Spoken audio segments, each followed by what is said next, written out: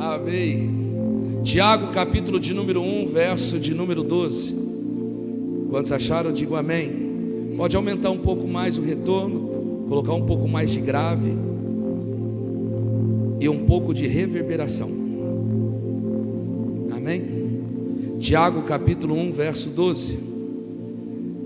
Bem-aventurado o homem que suporta a provação, porque depois de aprovado receberá a coroa da vida que o Senhor prometeu aos que o amam. Pai, em nome de Jesus nós te louvamos, glorificamos, exaltamos o teu nome. O Senhor é digno de toda honra, de toda glória, de todo louvor. Que a tua palavra seja pregada, anunciada com sabedoria, com intrepidez, com revelação. Que tudo que nós falarmos aqui, Pai, seja conduzido, direcionado pelo teu Espírito. Nós não queremos falar de si mesmo, mas queremos, ó Pai, que os céus possa ministrar ao nosso coração e nós sejamos transmissores da tua palavra. Palavra essa, Senhor, que vai até a divisão da alma, do espírito, entre juntas e medula, e ela é apta a discernir todas as intenções e pensamentos do coração. Não deixe que ninguém saia daqui da mesma maneira, mas que nós venhamos a sair daqui impactados, confrontados, que nós venhamos sair daqui, Pai, esperançosos, cheios de fé. Que a tua palavra fale com todos que aqui estão. A todos, ó Pai, possam ser ministrados. E no teu nome, que é sobre todos os nomes, nós repreendemos qualquer ação física ou no mundo espiritual, no nome de Jesus. Amém e amém. Quem é você quando está sozinho?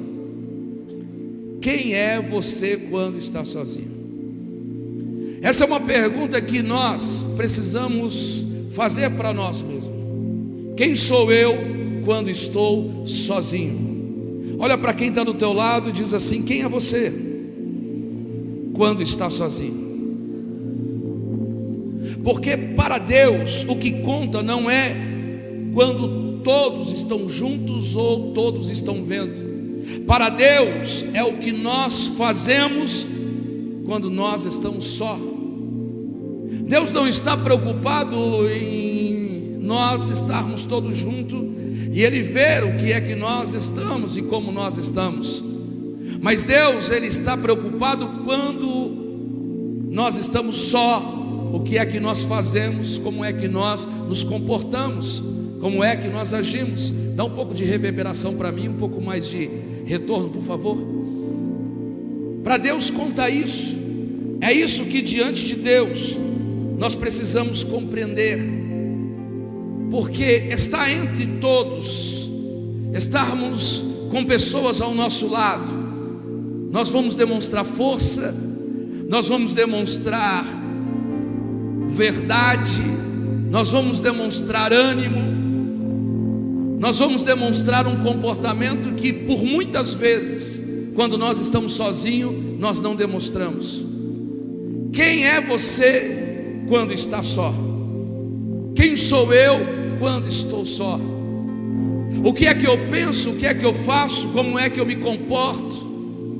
E por muitas vezes nós nos preocupamos em poder mostrar para alguém quem nós somos, sendo que existe um que nos observa em todo o tempo quando nós estamos só.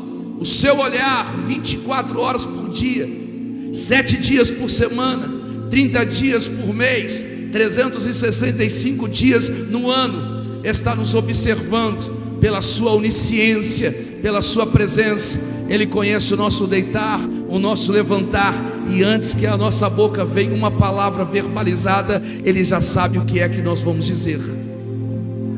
Quem é você quando está sozinho? Aquele que quando está de dieta e não tem ninguém, e ele corre para a geladeira e abre. Aquele que abre o armário e diz: ninguém está vendo. Fala a Deus. Quem é você que sai no outro dia e diz: eu estou de dieta, nada como, tranquilo, mas a forma não denuncia que não é isso? Quem é você quando está sozinho? Quem é você quando está só diante de um celular, diante de um computador, diante de um telefone, diante de uma televisão? Quem é você quando está só? Quem é você quando está só? Fica murmurando, reclamando, chorando, mas na frente das pessoas estão sorrindo. Quem é você quando está só? Quando está só se mostra valente, forte, mas quando está sozinho se sente fraco, se sente vulnerável, se sente numa solidão. Quem é você? Chacoalha quem está do teu lado, fala: quem é você quando está só? Quando nós estamos só, a gente precisa compreender que existe um Deus que está nos olhando. E o Deus que está nos olhando, Ele nos olha mais quando nós estamos sozinhos do que quando nós estamos numa multidão. Mateus capítulo de número 6, verso 6 diz assim: mas tu, quando orar, entra no teu quarto, fechando a porta, ora ao teu pai que está em secreto, e teu pai que vem em secreto te recompensará. O que ele está dizendo é que se você estiver só, fechar a porta do quarto e orar em secreto sozinho, eu te recompenso. O olhar de Deus está em todo o tempo quando nós estamos só. O olhar de Deus. Mas quando nós estamos só, nós precisamos tomar cuidado para não sermos tentados. Mateus capítulo de número 4. Mateus capítulo 4, por favor, projeto para mim. Então foi conduzido Jesus pelo Espírito ao deserto, para ser tentado pelo diabo. E tendo jejuado 40 dias e 40 noites, depois teve fome. Chegando então o tentador, disse-lhe: se tu és o Filho de Deus, manda que estas pedras tornem em pães. Jesus foi conduzido pelo Espírito ao deserto. Entenda que quando Jesus é conduzido pelo Espírito ao deserto, a gente às vezes não consegue identificar quando é que nós somos levados por uma situação pelo Espírito, ou quando somos levados por uma situação pelas nossas próprias mãos, ou pela mão de uma geração passada. Jesus foi levado para o deserto pelo Espírito. Deserto fala de lugar de escassez, deserto fala lugar de sofrimento, dificuldade, deserto fala lugar de dependência. E esse deserto ele pode ser tanto real como alegórico. No caso de Jesus é real, não é figurado. No caso de Jesus, o Espírito o levou ao deserto da Judéia. Só que quando nós olhamos situações passadas, eu observo um homem chamado Ló. E esse homem, que é sobrinho de Abraão, pelos seus próprios olhos, leva a sua família para Sodoma e Gomorra, um ambiente a qual serviria para que as suas ovelhas e as ovelhas dos seus pastores pudessem ser sustentadas. Mas quando ele vai para Sodoma e Gomorra, ele não observa que o lugar é hostil, que o lugar não tem generosidade, que o lugar é um lugar totalmente profano. O que mais importa é algo material que vai suprir naquela hora a necessidade das suas ovelhas. Mas quando Ló vai para lá, ele leva a família, e Deus decide destruir Sodoma e Gomorra, ao ponto daquele lugar virar um caos, virar um deserto.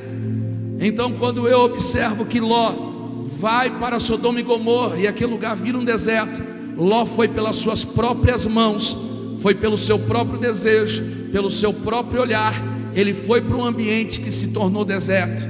Mas também quando eu olho na Bíblia outros homens que foram passar situações difíceis e que não foram pelas suas próprias mãos, mas foi por uma geração passada dos seus pais.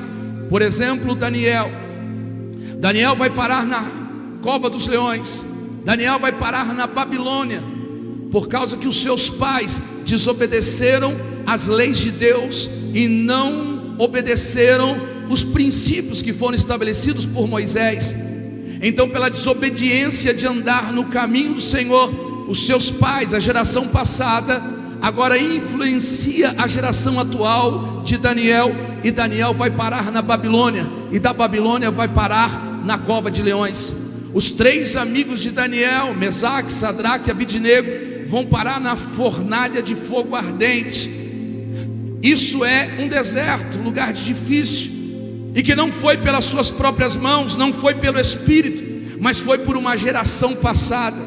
Então existem 3 situações, diga comigo, 3 situações que podem nos levar para um deserto, ou pelo Espírito de Deus, ou pelas nossas próprias mãos e atitude, ou então por uma geração passada que nós éramos dependentes e nos colocou nessa situação.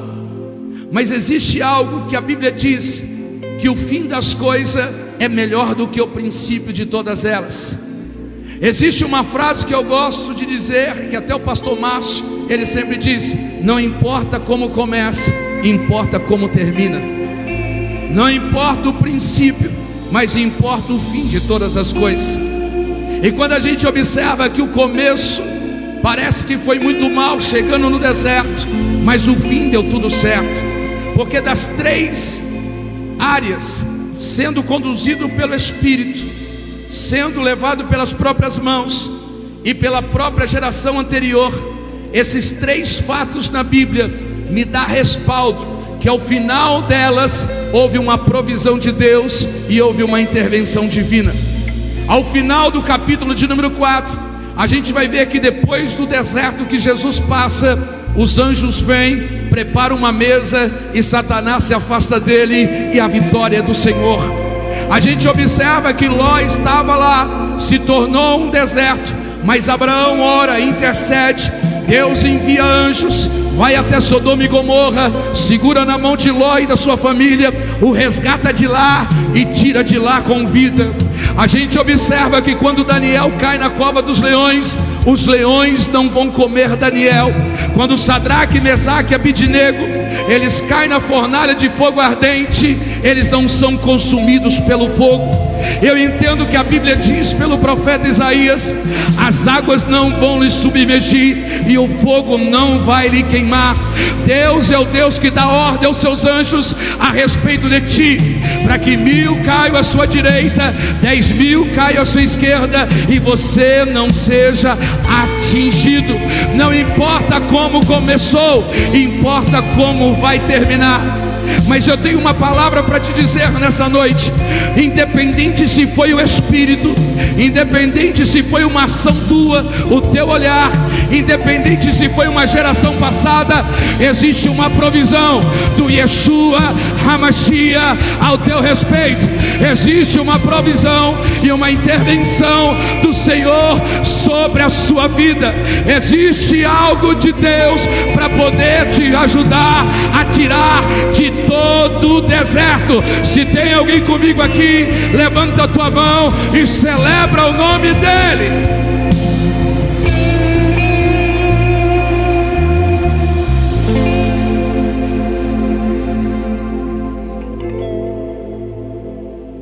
Olha o que diz 1 Coríntios capítulo 10, verso de número 13: nenhuma tentação vos sobreveio que superasse as forças humanas. Deus é fiel, não permitirá que sejais tentados acima das vossas forças, mas com a tentação vos dará também o meio de sair dela, e a força que possais suportá-la. Em outras palavras, o que Paulo está dizendo aos coríntios é: não vem nenhuma tentação superior à força humana. E aí ele vai dizendo: Deus é fiel, Deus não vai permitir que você seja tentado acima da vossa força. Em outras palavras, Jesus diz: não existe fardo maior do que você não possa suportar.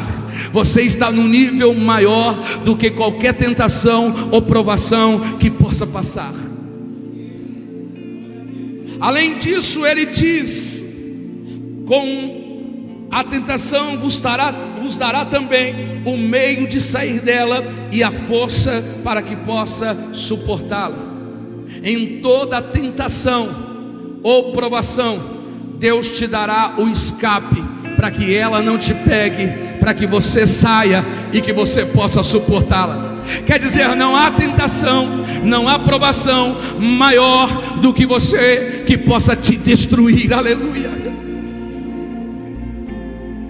Mas quando nós observamos dentro disso, quando nós observamos dentro disso, que Jesus foi levado ao deserto pelo Espírito para ser tentado por Satanás, pelo diabo. Qual é o propósito de Satanás poder tentar a Jesus? Qual o propósito dele poder tentar derrubar Jesus? Primeiro, porque no jardim do Éden, o homem foi derrubado quando foi tentado. No jardim do Éden, o homem cedeu, e pela sedução desse mesmo maligno, ele perde, e agora Satanás vai tentar com Jesus. Segunda coisa é que quando no jardim do Éden Adão perde esse momento e ele cai na tentação e ele peca, agora ele perde a autoridade de ser dono desse mundo. Deus não fez o mundo para poder ser do maligno. Deus fez o mundo para o mundo ser do homem. João 10:10 diz: eu vim para que vocês tenham vida e vida abundante. O mundo foi feito para que o homem pudesse dominar, mas com o erro de Adão, com a falha de Adão, o homem agora perde o direito de domínio da terra, perde o direito de domínio do mundo. É por isso que Paulo vai dizendo aos Coríntios: esse mundo jaz do maligno. O maligno agora assume a autoridade de ser dono desse mundo, e ele assume a autoridade pela falha que Adão cometeu, e ele agora é dono do mundo. Quando o maligno começa a atuar como dono do mundo, diz que começa a crescer espinhos e abrolhos. Quando Deus fez o homem para que o homem pudesse governar, não existia espinhos e não existia abrolhos. Espinho e abrolho é a partir do governo de Satanás sobre o mundo. Então eu posso dizer que ele é espinhoso. Diga comigo, ele é espinhoso. Mas dentro disso, por que que Jesus agora é alvo desse mesmo maligno para poder cair na tentação? Porque ele sabe, o inimigo sabe, que o que Jesus veio fazer é duas coisas. Primeiro, morrer pela humanidade e trazer a salvação para a vida eterna, e que o homem possa se achegar, se aproximar diante de Deus. Mas segunda coisa que Jesus veio fazer: tirar o domínio de Satanás, que agora é dono desse mundo, para poder resgatar essa autoridade e devolver ao homem. E com isso agora, o inimigo maligno, se ele consegue derrubar Jesus na tentação, ele não perde o domínio desse mundo, ele continua reinando, ele continua com a autoridade, ele continua no governo. Mas se Jesus vence, ele perde o domínio, ele perde a autoridade, e o mundo é de volta nas mãos de Deus e entregue ao homem. E a gente conhece o final da história, e a gente sabe que Jesus venceu. A gente conhece o final da história, e a gente sabe que Jesus venceu. A gente conhece o final da história, que ele vive, e se ele vive, eu posso crer no amanhã, porque ele venceu. Ele diz: neste mundo tereis aflições, mas eu venci, então nós venceremos também. Você vai vencer também, você já venceu também, aleluia. Se ele venceu, você vai vencer também. A Bíblia diz que nós somos mais do que vencedores em Cristo Jesus. A Bíblia diz que nós podemos todas as coisas naquele que nos fortalece. A Bíblia diz que aquele que começou a boa obra é fiel e verdadeiro para aperfeiçoar até o dia da sua volta. Eu estou olhando para a cara de vencedores. Eu estou olhando para homens e mulheres vencedores em Cristo Jesus.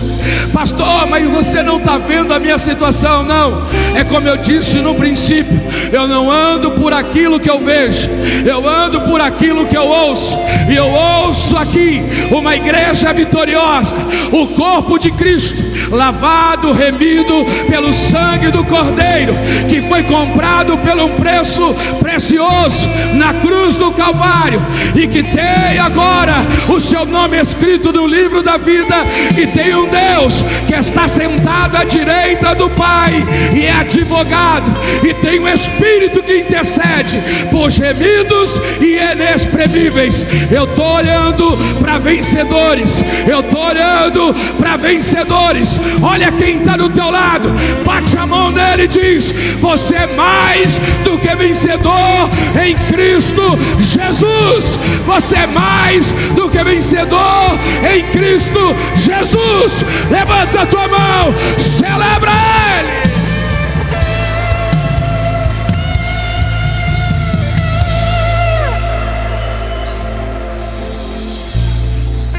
Aleluia. Louvado seja o nome do Senhor. Nós estamos diante de uma guerra travada, não mais do que um palmo acima da sua cabeça. Existe uma guerra sendo travada. É uma guerra espiritual, é uma guerra onde anjos e demônios estão em batalhas, e estão em batalhas por você. Assim como esse maligno estava travando para destruir, qual era o papel, qual era o propósito, qual era o objetivo de Jesus? Porque se ele consegue destruir Jesus, ele permanece no governo, ele permanece na autoridade. Se ele consegue que Jesus caia na tentação, ele consegue que não se cumpre o projeto e o plano na vida de Jesus e da humanidade. É por isso que Deus tem um plano na minha vida e um plano da sua vida. Nós não somos obra do acaso, nós não somos algo que simplesmente existimos por existir. Nós somos um projeto do Criador, nascemos no seu coração. Deus nos deu missão. Ainda que eu possa não saber, ainda que você possa não entender o seu propósito, mas Deus te fez com um propósito. Deus te fez para cumprir uma missão. Aleluia. Talvez você não entenda, mas em nome de Jesus eu profetizo que essa seja a noite que Deus coloque o teu coração e revele o segredo dele, qual é o propósito e plano na sua vida. Aleluia. Você não é uma obra, nem um acidente de percurso, porque talvez você diz: o meu pai, a minha mãe tiveram um relacionamento e eu vim à existência, mas o meu pai não queria, a minha mãe não queria, mas estava no plano e no projeto do Criador. Estava no plano e no projeto do Criador. Estava no plano e no projeto do Criador. Eu vou falar de novo. Estava no plano e no projeto do Criador. Tem alguém comigo aqui? Estava no plano e no projeto do Criador. Você estava no plano e no projeto daquele que era, daquele que é e daquele que sempre será.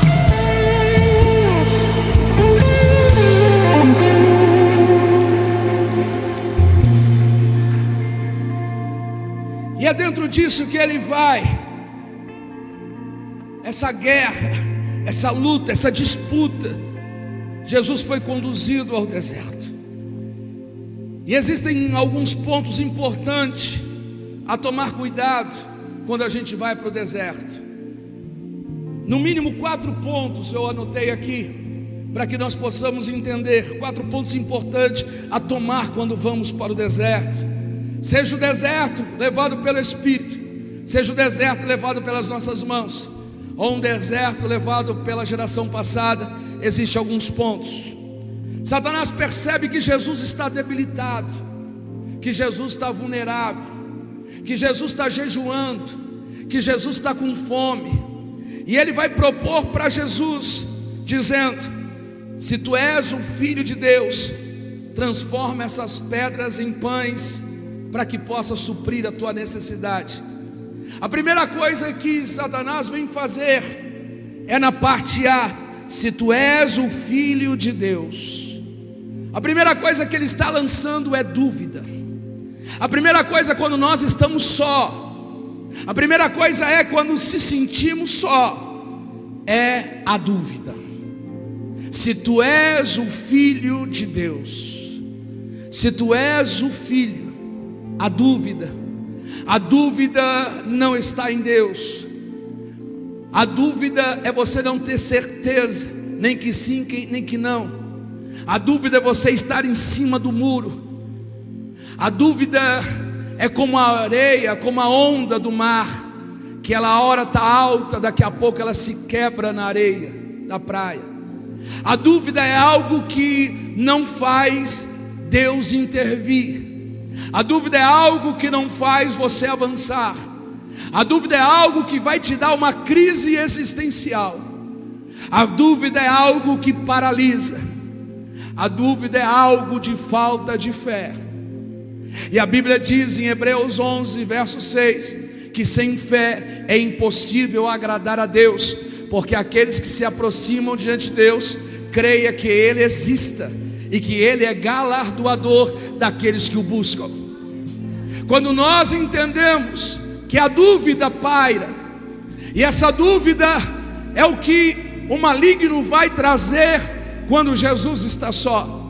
E quantas vezes nós temos uma dúvida de quem nós somos e do que Deus falou, se aquilo vai acontecer. Quantas vezes paira uma dúvida porque nós olhamos a circunstância e não condiz com a palavra que nós ouvimos. Surge uma dúvida dizendo: será que a minha família vai transformar? Será que o meu filho vai se converter? Será que Deus vai abrir a porta? Será que Deus vai mudar a minha vida financeira? Será que Deus vai intervir na minha vida sentimental? Será que Deus vai poder ainda um dia me dar dons espirituais? Será que um dia eu vou obter o que o meu coração deseja? A dúvida. Aonde há dúvida não há milagre de Deus. Aonde há dúvida não há uma ação de Deus. Jesus sai da onde ele nasceu, porque ali duvidavam dele. E quando era uma geração incrédula, ele vai para uma outra região. Jesus vai aonde tem fé, aonde tem confiança. Mas a dúvida é algo que o inimigo tenta lançar no nosso coração. Mesmo depois de ter ouvido uma palavra. No capítulo de número 3 do livro de Mateus, nós estamos no capítulo 4, mas o capítulo 3 vai nos dizendo que Jesus, ele vai ser batizado por João Batista.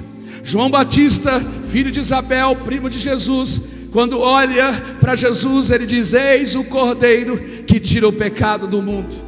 João Batista está batizando no Rio Jordão. Jesus vem para ser batizado, e quando Jesus é a ser batizado, o céu se abre. Eu vou repetir: o céu se abriu. Jesus vai ser batizado e o céu se abriu. E a Bíblia me informa que não existe nenhum outro texto bíblico, nenhum outro versículo e nenhuma profecia que o céu se fechou. Eu vou repetir. A Bíblia diz que o céu se abriu no momento que Jesus vai ser batizado. Mas também a Bíblia diz: em nenhum lugar existe uma palavra que o céu se fechou. Então eu tenho que acreditar que há 2000 anos o céu abriu e ele está aberto. E aí eu tenho que entender Mateus capítulo de número 7: quem pede, recebe. Quem bate, se abre. Quem busca, encontra. Lagoinha Mauá, os céus estão abertos. Deus está com o seu ouvido aberto. Deus está com as suas mãos estendidas. É noite de pedir, é noite de buscar, é noite de bater. Os céus estão abertos. O que é que tu queres? Fala com Ele. Coloca tua voz para fora, manifesta o teu coração, grita diante dele: os céus estão abertos.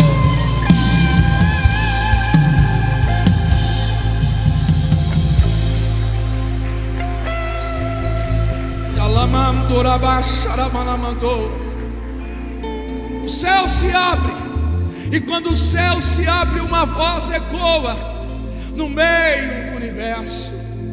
Uma voz ecoa, transpassando os céus, transpassando a atmosfera, transpassando a chegada do Rio Jordão.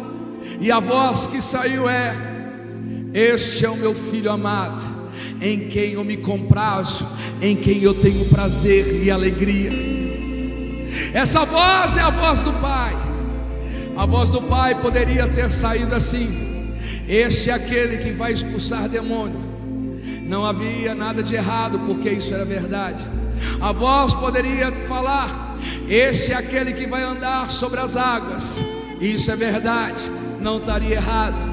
A voz do Pai poderia dizer: esse é aquele que vai pegar 5 pães e 2 peixes e vai multiplicar para uma multidão. Isso é verdade, não está errado, porque aconteceria.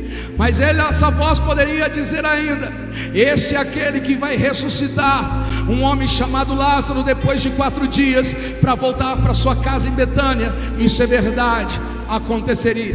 Esse é aquele que vai ressuscitar o filho da viúva de Naim e vai devolver a sua mãe para poder voltar para sua casa. Isso é verdade, aconteceria.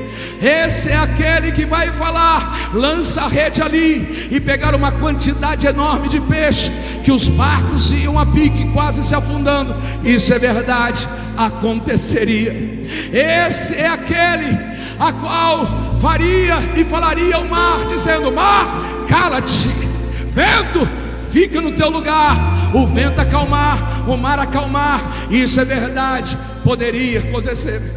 Esse é aquele que poderia o Pai dizer: este vai para a cruz do Calvário, vai receber uma coroa de espinho, ele vai morrer e vai ressuscitar ao 3º dia. Isso é verdade. O Pai poderia ter falado de tudo quanto Jesus faria, e que era verdade tudo isso. Mas a voz que ecoou não falou daquilo que ele faria, mas falou daquilo que ele era. Este é o meu filho amado. Sabe o que a voz estava falando? Não importa o que ele vai fazer, não importa o que ele deixará de fazer, ele é o meu filho amado. Ele é amado porque ele é, e não porque ele faz ou deixará de fazer.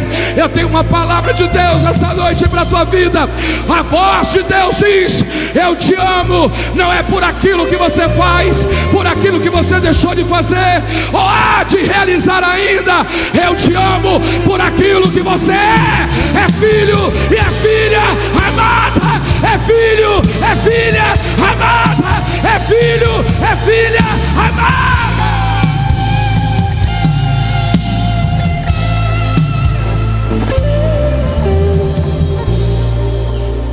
Deus te ama por aquilo que você é e não por aquilo que você faz. Uma voz falou, só que a realidade do inimigo, quando ele está só e está no deserto, é lançar uma dúvida. Ele havia acabado de ouvir que ele era o filho. Agora vem uma sugestão: se tu és o filho de Deus. Lançar uma dúvida. A dúvida que Deus fala, a dúvida que o inimigo coloca. Mas a gente já ouviu uma palavra. E qual é a palavra? Você e a tua casa servirão ao Senhor. A palavra é: eis que estou convosco todos os dias, até a eternidade. A palavra é que eu vim para que vocês tenham vida e vida em abundância. A palavra é que o poder de Deus se aperfeiçoa na nossa fraqueza. A palavra é que 1000 cairão à tua direita, 10.000 à tua esquerda, e você não será atingido. A palavra é: eu transbordarei do meu espírito sobre a tua vida, e você não será mais o mesmo. A palavra é: eu mudarei você de fase, mudarei você de nível, mudarei a sua estação. A palavra é: mas a gente depois vai parar numa sugestão do inimigo, pairar a dúvida. Mande a dúvida embora. Mande a dúvida embora. A dúvida não pertence a Deus. Em nome de Jesus, acredite no que Deus falou para você. Em nome de Jesus, seja um mensageiro. O mensageiro que levou a mensagem de Marta e Maria, falando a respeito de Lázaro. Jesus disse: não vai morrer, mas eu chego lá, está morto. Mas eu não creio por aquilo que eu vejo, eu creio por aquilo que eu escuto. Aleluia. Em nome de Jesus, não tenha dúvida. Se Deus prometeu, Ele é fiel para cumprir. Não tenha dúvida, se Deus falou que salva, Ele salva. Não tenha dúvida que se a porta estiver fechada, Ele abre. Não tenha dúvida que se Deus falou que cura, Ele cura. Não tenha dúvida que se Deus falou que prospera, Ele prospera. Não tenha dúvida que Deus falou que honra, Ele honra. Não tenha dúvida que se Deus falou que faz, Ele faz. Não tenha dúvida que se Deus falou que muda, Ele muda. Aleluia. Deus é poderoso, Deus é grandioso. Não há outro Deus além dele. Ele é Pai da eternidade, Ele é Príncipe da paz, Ele é Deus forte, Ele é Emanuel, Ele é o Deus conosco, Ele é o leão da tribo de Judá.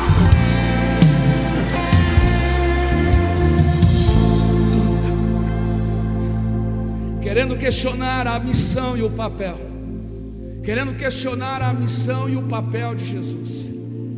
Só que entende-se o seguinte: quem tem propósito e sabe onde quer chegar não aceita a sugestão do mundo. Quem sabe e quem tem propósito, entende e crê na palavra, não aceita sugestão do mundo. Quantas vozes vão vir no mundo dizendo assim: mas e aí? Você ainda permanece assim? E aí, ainda está desse jeito? E aí, nada mudou, nada acontece. Não há nada impossível para o meu Deus. Deus é o Deus dos impossíveis. Não há nada impossível para Deus, porque Ele é Deus que abre mar, Ele é Deus que para sol, Ele é Deus que ressuscita morto. Não há nada impossível para Deus. Não há nada impossível para Deus. Chacoalha quem está do teu lado, diz assim: não há nada impossível para Deus. Agindo Ele, quem impedirá? Agindo Ele, quem impedirá? Agindo Ele, quem impedirá? Aleluia. Só os homens de fé, mulheres de fé se manifestam em nome de Jesus. Aleluia. Só os homens de fé, mulheres de fé se manifestam em nome de Jesus. Aleluia.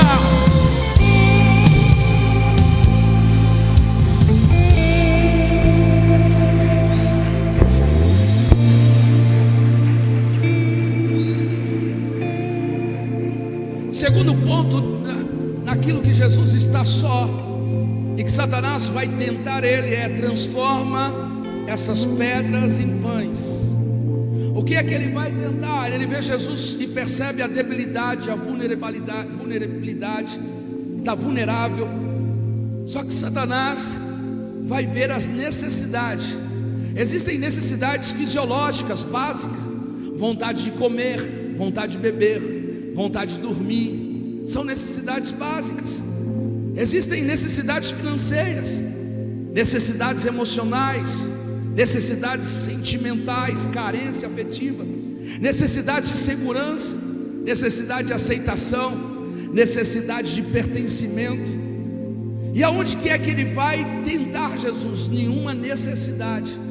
Jesus está com fome, 40 dias sem comer, e agora ele fala: transforma essas pedras em pães e come. Jesus poderia transformar a pedra em pão? Sim, ele poderia. E se Jesus comesse, estaria pecando? Não, não teria nenhum pecado. Só que Jesus entende da seguinte maneira: Jesus é aquele que compreende que existem pedras que não podem ser transformadas em pães, porque existem pedras que têm propósito no meio do caminho da nossa jornada. Jesus entendia que tem pedras que não podem ser transformadas em pães, porque algumas pedras no meio do caminho, elas têm algum propósito na nossa vida. Aleluia. Quando a gente olha o menino Davi, e que Davi vai levar comida para os seus irmãos, e ele se depara diante de um gigante, diante de um filisteu, um Golias, que está afrontando o exército do Deus vivo. Quando Davi olha aquilo, Davi, ele para do lado de um riacho, e ele olha algumas pedras, coloca na sua bolsa, vai preparar a sua funda para poder atacar o gigante, e o gigante é derrubado pela pedra de Davi. Existem algumas pedras que não é só para derrubar gigante, mas aquela pedra que derrubou o gigante também fez Davi ser colocado no trono para governar Israel. Existem algumas pedras que não podem ser transformadas em pães, assim como Jacó, quando está no deserto sozinho, e ele sai da casa fugindo do seu irmão Esaú, que quer matá-lo, e ele para no meio do deserto, e ele vai dormir. E quando ele vai dormir, ele pega uma pedra como travesseiro, e vai ali colocar e reclinar a sua cabeça. Aquela pedra não serviu só de travesseiro, mas quando ele estava dormindo, o céu se abriu, uma escada se colocou de alto a baixo, anjos subiam, anjos desciam, anjos subiam e anjos desciam. O que é que Deus estava falando? Essa pedra deu para que o céu possa se abrir e você ter acesso e ligação entre céu e terra. Existem algumas pedras no meio do caminho. Quando a gente olha Moisés, que recebe os mandamentos, o decálogo de Deus, e esse decálogo que Moisés recebe, ele não vai escrever em pergaminho, ele não vai escrever no tablet, mas ele pega as tábuas de pedra para poder escrever os 10 mandamentos que Deus enviou para ele. A pedra serviu para orientação de todo o povo de Israel. Existem pedras no caminho que vão ter utilidades. Quando a gente olha Elias diante dos profetas de Baal, e naquele momento que os profetas de Baal estão se retalhando, estão clamando ao seu Deus, Elias olha algumas pedras no altar, e ele repara o altar com as pedras que estão espalhadas, e quando ele junta as pedras que estão espalhadas, ele faz uma oração. Deus derrama fogo, consome o holocausto aonde as pedras estão, e Deus está respondendo alguém que ora. Existem pedras que é para o altar e para Deus se manifestar. Tem algumas pedras que não podem ser transformadas em pães, porque existem algumas pedras que servem para a nossa edificação. Só que o mais interessante, ao cuidado dessas necessidades, onde o adversário olha e diz: eu vou derrubar ele, eu vou acabar com ele, ele está só, está no deserto, ele tem necessidade. Mas o Jesus que tem necessidade, ele é ser humano e não é animal. Por quê, pastor? Porque o que difere o homem do animal é que o animal não domina os seus instintos. O que difere o homem do animal é que o ser humano, ele consegue dominar os seus instintos. Qualquer animal, se tiver sono, vai dormir. Qualquer animal, se tiver fome, vai comer naquela hora. Qualquer animal, se tiver sede, vai beber água naquela hora. Ele não domina o seu instinto, ele age por aquilo que seus instintos, sem paciência, sem esperar, sem pensamento lógico, mas ele vai suprir as suas necessidades pelo instinto. Agora Jesus não, Jesus é homem, ser humano, domina os seus instintos, como eu e você também podemos dominar os nossos instintos. Aleluia. Jesus, quando olha aquela situação, diz: eu não vou transformar a pedra em pão. Sabe por quê? Eu estou com fome, mas nem só de pão viverá o homem, nem só de pão viverá o homem, mas sim de toda palavra que sair da boca de Deus. Sabe o que Jesus está dizendo? Ele está dizendo o seguinte, como eu e você podemos dizer: eu estou cansado, mas eu vou levantar pela madrugada e vou orar a Deus. Aleluia. Eu estou com fome, mas eu vou jejuar e apresentar a minha vida diante do Senhor, porque eu consigo me dominar.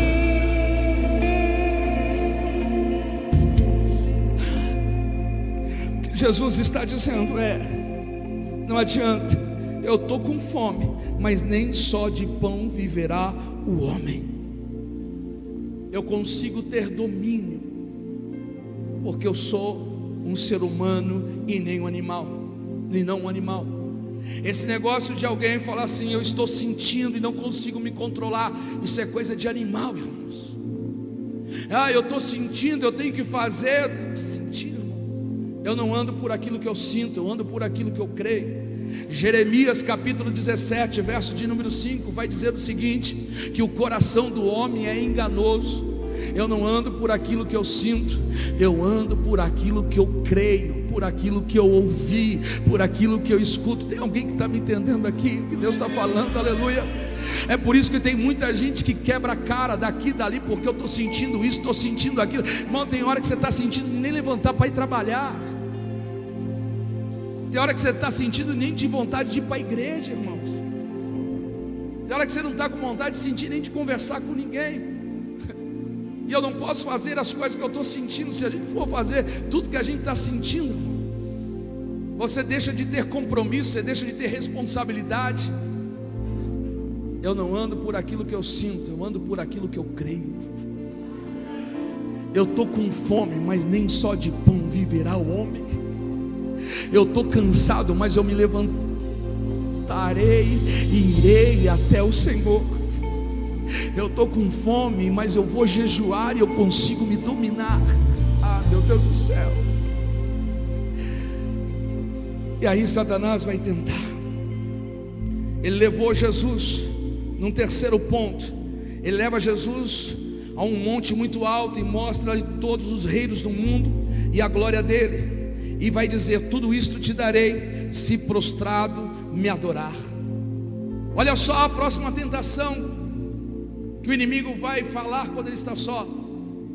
Leva ele a um lugar alto e diz: eu te darei tudo isso se você prostrado me adorar. A gente pensa que idolatria é somente quando há um objeto, uma imagem, e alguém se curva, se prostra diante dessa imagem. Não, não. Idolatria é tudo aquilo que você se prostra diante de algo. Se você estiver doente, enfermo, e se você se prostrar diante da enfermidade, para que a enfermidade domine você, você é um idólatra. Se a circunstância e a dificuldade estiver grande, e você se encurvar diante da circunstância, dizer: não tem jeito, a circunstância é maior do que eu, o problema é maior do que eu, você está sendo idólatra. É forte, é profundo isso. A gente pensa que idolatria é somente algo que nós estamos vendo como pessoa, como objeto, mas qualquer coisa que a gente se prostrar, nós estamos reconhecendo que aquilo que nós estamos prostrando é maior do que Deus, é maior do que o Senhor, e não existe nada maior do que Ele, porque a Bíblia diz que Ele está sentado no seu trono e a terra é estrado dos seus pés. A Bíblia diz que Ele é superior a qualquer situação, a qualquer coisa. Deus é maior do que a enfermidade, Deus é maior do que o problema, Deus é maior do que a circunstância. Não há nada, ninguém maior do que Ele. Ele é acima de todas as coisas. Eu não tenho que me prostrar diante da dificuldade, da enfermidade, da luta, da guerra, diante de nada. O único que eu tenho que me prostrar é diante daquele que é todo poderoso, daquele que era, daquele que é e daquele que continuará sendo, aleluia. Eu não posso, então eu tenho que olhar para a enfermidade e dizer: enfermidade, você é pequena diante do meu Deus, aleluia. Eu tenho que olhar para diante da luta, da guerra e dizer: luta, guerra, você é pequena diante do meu Deus, aleluia. O meu Deus é poderoso, Ele é grande, Ele fez o sol, as estrelas, Ele fez o universo, Ele fez a galáxia, Ele fez o ser humano, Ele fez todos nós, e não há nada maior do que Ele. Tudo é por Ele, tudo é para Ele. O meu Deus é grande, o teu Deus é superior.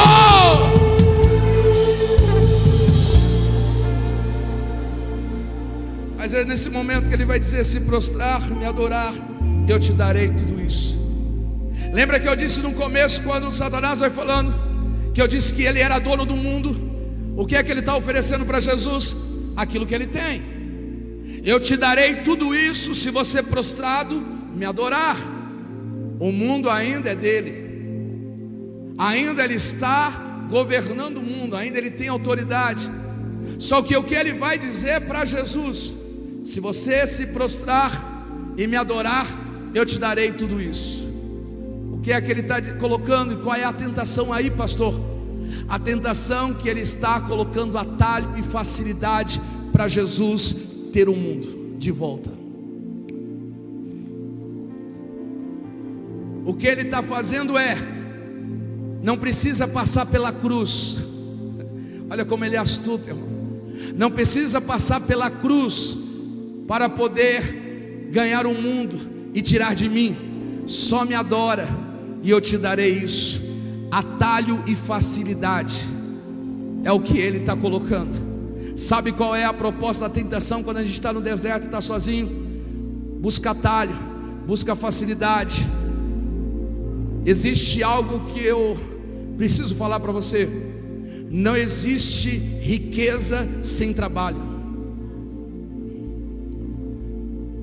Tudo que é fácil, desconfie. Tudo que é atalho é o jeitinho brasileiro. Se corrompe aqui para você ganhar ali, dá um jeitinho aqui para você avançar lá. É atalho, é facilidade. Isso é tentação. Uma mentirinha aqui, passa a rasteira no outro para você crescer e você alcançar uma posição maior. Atalho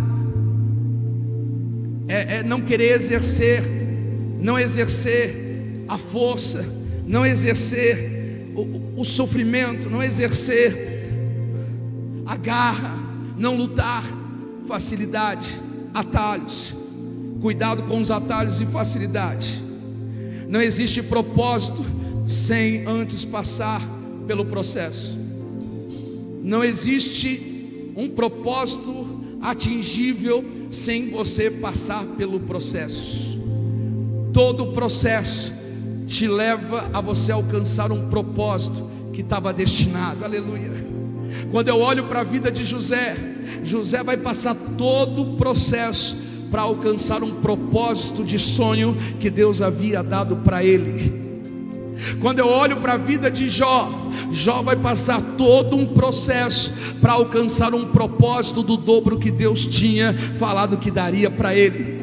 Não existe um propósito atingível se não houver um processo no meio do caminho. As coisas é gemendo, as coisas às vezes é chorando, as coisas às vezes é você não passando pelo estreito, pela porta estreita. Mas uma coisa eu tenho: o que vem fácil vai embora fácil, mas o que vem com choro, com suor, com lágrima, com dor, você pode ter certeza que isso tem gosto muito maior daquilo de vitória no final das coisas. Aleluia. Não existem coisas fáceis, mas existem coisas conquistadas com luta. E aí talvez você diz assim: eu estou tanto na luta, pastor, estou tanto ali, e parece que nada acontece. A largata, antes de virar borboleta, ela está dentro do seu casulo, numa metamorfose de transformação. E essa largata, antes de virar borboleta, ninguém olha para ela. Se alguém olhar uma largata, quer pisar nela, ela só anda rastejando. E ela fica dentro de um casulo. Mas quando ela está dentro do casulo, ela está se esforçando. E ela faz tanta força, que se eu e você fôssemos olhar lá dentro, nós teríamos dó e cortaríamos o casulo para ela sair de lá. Mas aquela força que ela está fazendo, aquela força que ela está exercendo, é preparando as asas para poder voar, para poder ir alto, para poder estar atingindo os céus. E depois de um tempo que ela faz tanta força, o próprio tempo faz que esse casulo vai romper, e quando rompe, ela começa a voar nas alturas e começa a ser desejada. Aquilo que estava no chão agora estava no alto, aquilo que alguém queria esmagar agora faz até desenho para colocar na parede, na camiseta, faz tatuagem da borboleta que é bonita, porque está voando. Eu quero profetizar sobre a sua vida. Talvez você está dizendo: eu estou fazendo tanta força, alguém quer pisar em mim, mas em nome de Jesus, todo esse esforço que você faz, todo esse esforço que você exerce, é choro, é lágrima, é gemido, é tanta coisa que acontece. Eu tenho algo para profetizar sobre a sua vida. Vai chegar o tempo está chegando de voar, o tempo está chegando de voar, o tempo está chegando de voar, o tempo está chegando de alcançar as alturas. Se tem alguém comigo aqui, levanta a tua mão e adora Ele, adora Ele. O tempo de sair de baixo para chegar em cima está chegando.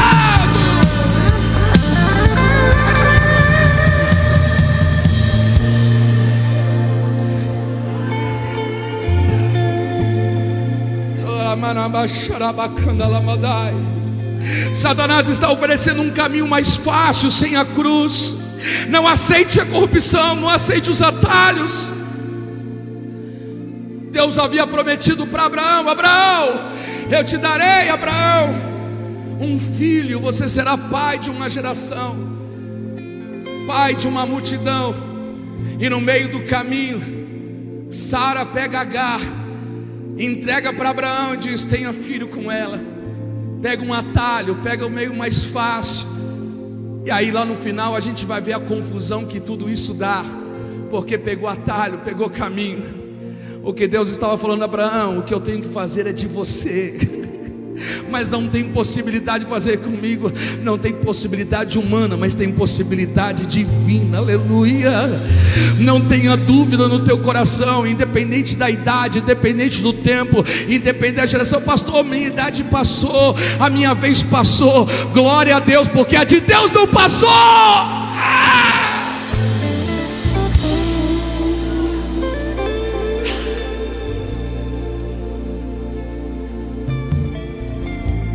Quantas vezes você já seguiu por um atalho, por um caminho mais curto, querendo chegar mais rápido no seu destino, mas se deu mal? Já aconteceu isso comigo, irmãos. Facilidade de olhar e cair em golpe. E aí a gente aprende, leva na cara, querer o caminho mais curto, e aí dá mal, dá errado. Olha o que diz Mateus capítulo 7, verso 13 e 14: entrai pela porta estreita, porque larga é a porta, e espaçoso o caminho que conduz à perdição. Muitos são os que entram por ela, e porque estreita é a porta e apertado o caminho que conduz à vida, poucos são as que encontram. Mateus capítulo 11, verso 12 diz assim: desde os dias de João Batista até agora, o reino dos céus é tomado por esforço, e os que se esforçam se apoderam dele. É por esforço, é por gemido, é por conquista. Toca em quem está do teu lado e fala assim: está chorando, está gemendo, está derramando lágrima. Ana ficou 25 anos chorando, derramando lágrima, mas quando ela teve, meu Deus do céu, eu vou falar o que Deus está falando no meu coração.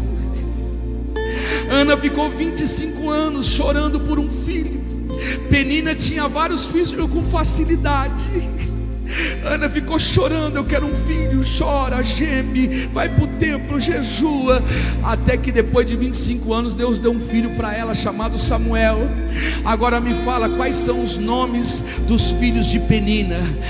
Ninguém sabe os nomes dos filhos de Penina, mas o único filho de Ana, Samuel, até hoje é falado. Ei, em nome de Jesus, o que Deus está dizendo, o que é chorado, o que é gemido, o que é sofrido, vai passar dessa geração para outra, vai passar da outra para outra, não vai acabar.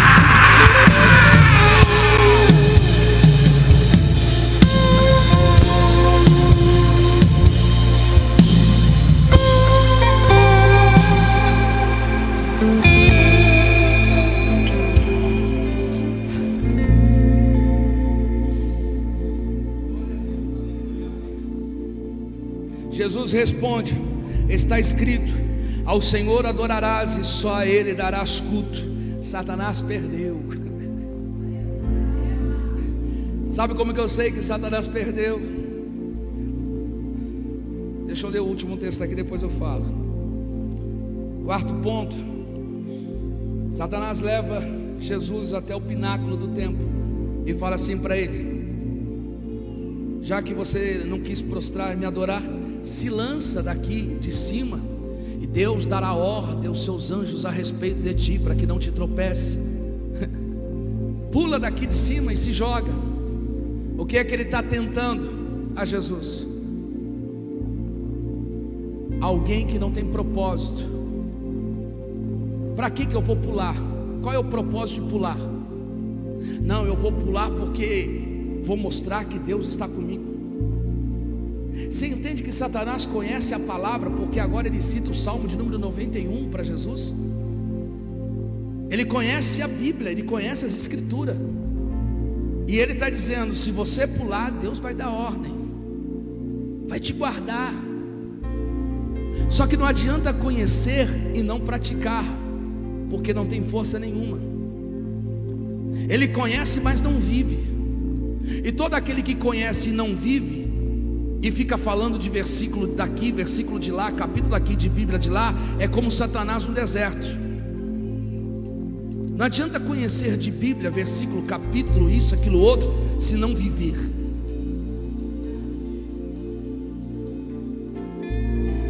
Para que Jesus vai pular? Sabe que Jesus tem? Eu sei qual é o propósito que eu tenho, eu sei qual é o propósito de vida que eu tenho. Eu não vim aqui para pular, eu vim aqui para tirar o reino e o governo e dar salvação ao ser humano. Sabe qual é a tentação que Satanás está fazendo? Vamos ver se ele tem propósito de vida. Porque quem não tem propósito de vida, não sabe o seu propósito, ele fica fazendo qualquer coisa.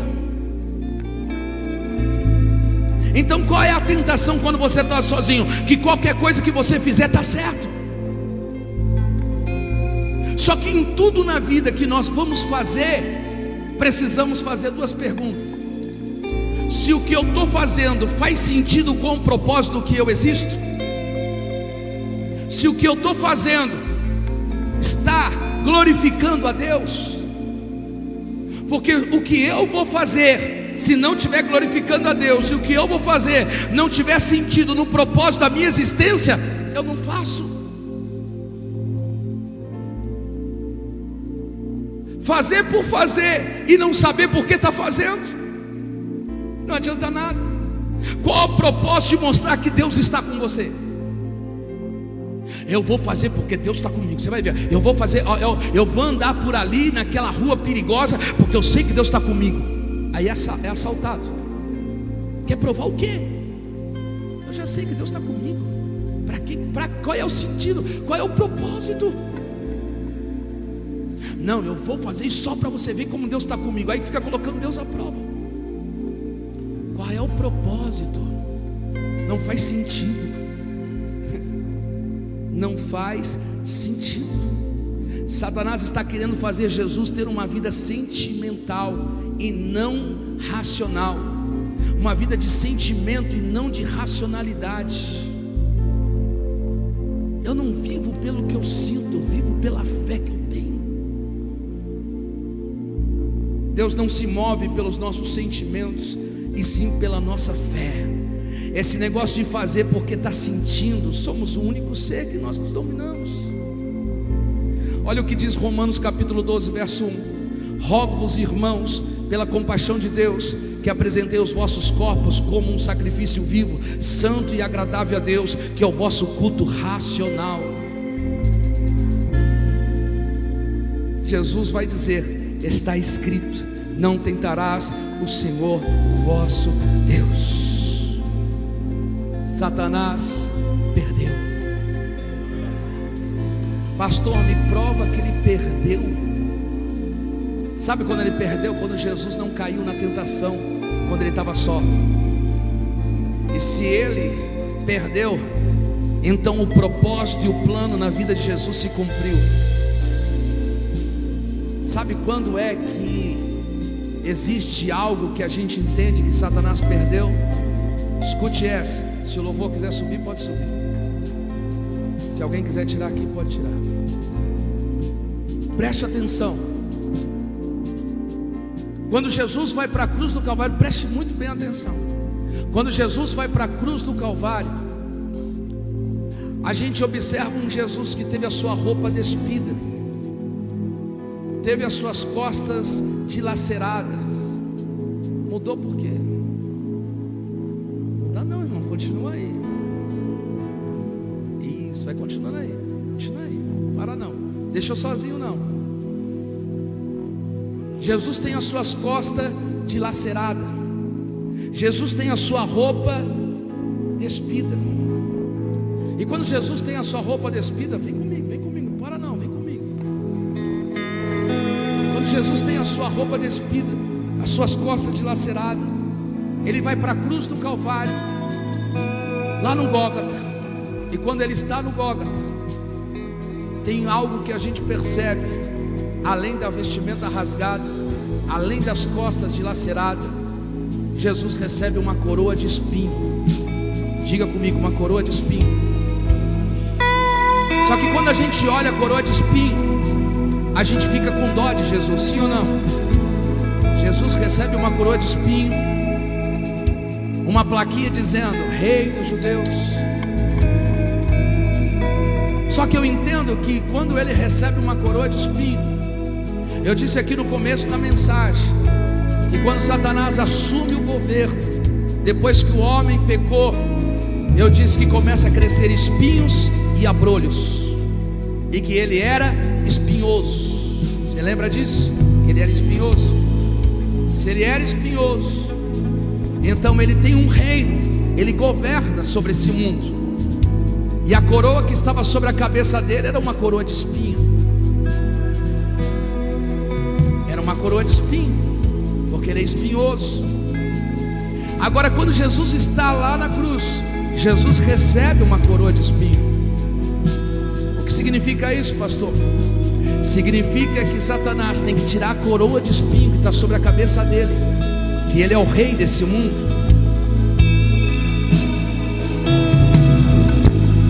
e está colocando sobre a cabeça de Jesus, dizendo: o mundo pertence a você agora. Eu já tinha levantado, dado glória a Deus, aleluia, voado no teto, corrido de um lado para o outro.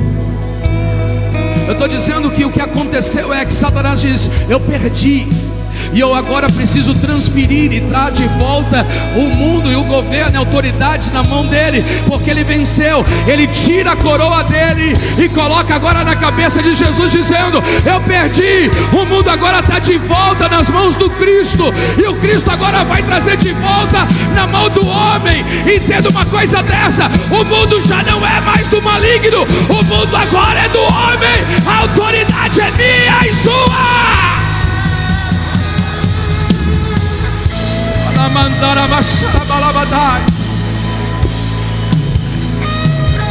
É por isso que Paulo vai dizer agora que Satanás está debaixo dos nossos pés.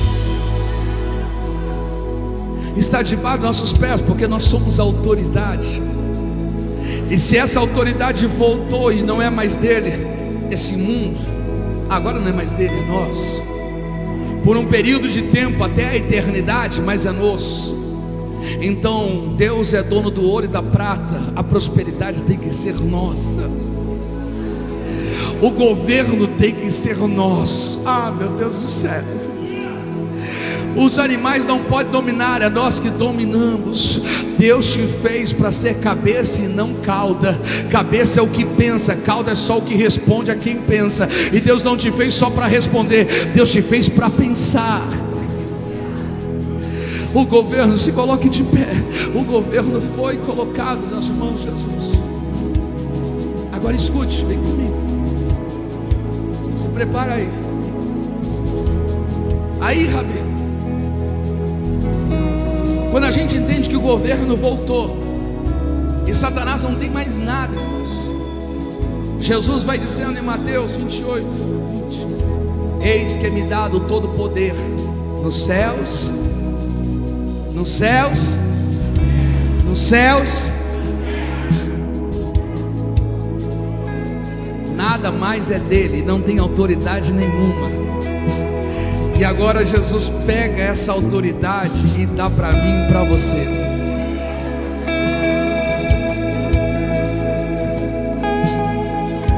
Eu e você agora temos autoridade na terra e no céu. Satanás não pode mais dominar a sua casa, não pode mais dominar os seus negócios, não pode mais dominar a sua família, não pode dominar mais o seu pensamento, não pode mais dominar ninguém, porque eu e você estamos com a autoridade em nome de Jesus. Levanta a sua mão assim, ó. Levanta a sua mão assim. Aonde Ele quiser e aonde Ele está querendo atingir a tua vida, você tem autoridade para mandar Ele embora. Mandar embora da tua casa, da tua família, dos teus negócios, mandar embora de qualquer pessoa. Ei, manda embora a enfermidade, manda embora o problema, manda embora. Há uma autoridade sobre a igreja, e a igreja tem autoridade. A autoridade está sobre ti, a autoridade está sobre ti. Ei, você não pode ficar tímido, você não pode ser tímido. Usa dessa autoridade agora, no nome de Jesus, aleluia. Ele não pode mais atrapalhar teu negócio, ele não pode mais mudar, interferir na tua casa, na tua família, no teu casamento, no teu relacionamento, nas tuas atividades.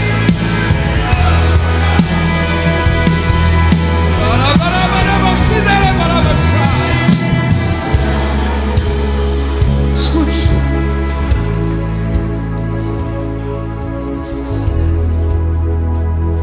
Jesus resiste, Satanás se aparta por um tempo. E no verso de número 11 do capítulo 4 diz que os anjos vêm e preparam uma mesa.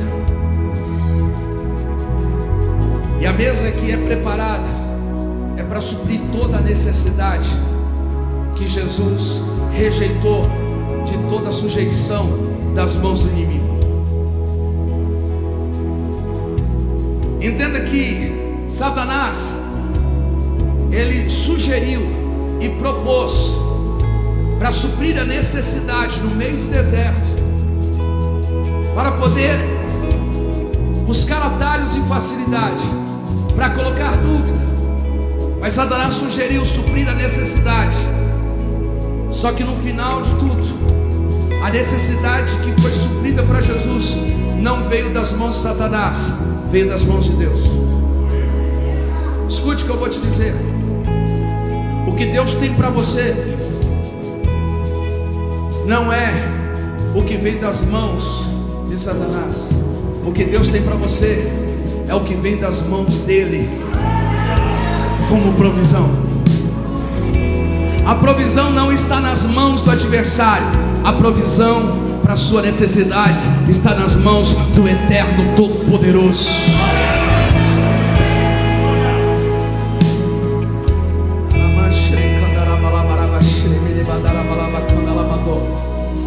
Feche os seus olhos. Eu quero que você imagine agora que tem um espelho na sua frente. Com os olhos fechados, um espelho na sua frente. E esse espelho você está se vendo. E se vendo, você vai falar para você agora: por que você duvidou? Por que dúvida? Para com esse negócio de duvidar, acredite. Tenha fé. Não é por aquilo que você vê, por aquilo que você ouviu. É você falando para você agora. Imagina um espelho e você falando para você: para de duvidar, tenha fé, acredite. Deus é o Deus das coisas impossíveis. O que você ouviu é o que você deve carregar e acreditar, e não o que você vê. Continuando falando para você de frente do espelho, você continua falando: por que buscou facilidade e atalhos? Não existe riqueza sem trabalho. Por que buscar? Não. Dá um jeitinho brasileiro. É com choro, a porta estreita. É com lágrimas, é com esforço. Porque depois de você conseguir, vai permanecer de geração em geração. O que vem fácil vai embora fácil. Não valoriza, não tem gosto, não tem sabor. mas depois que você consegue, com muita lágrima, nunca mais é esquecido. Aí diante do espelho, ainda com os olhos fechados, você está olhando para você e comece a falar agora para você mesmo.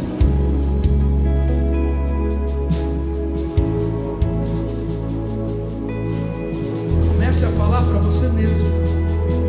Comece a dizer para você mesmo. Comece a falar para você mesmo. A dizer para você. A dizer para você. Há uma mesa preparada. Há uma mesa preparada. Há uma mesa preparada. E que não está nas mãos do inimigo, está nas mãos de Deus. Aguarde. Não se dobre.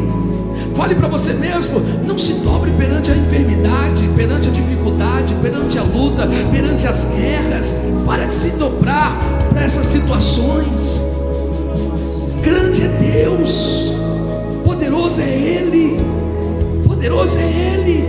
Não se dobre.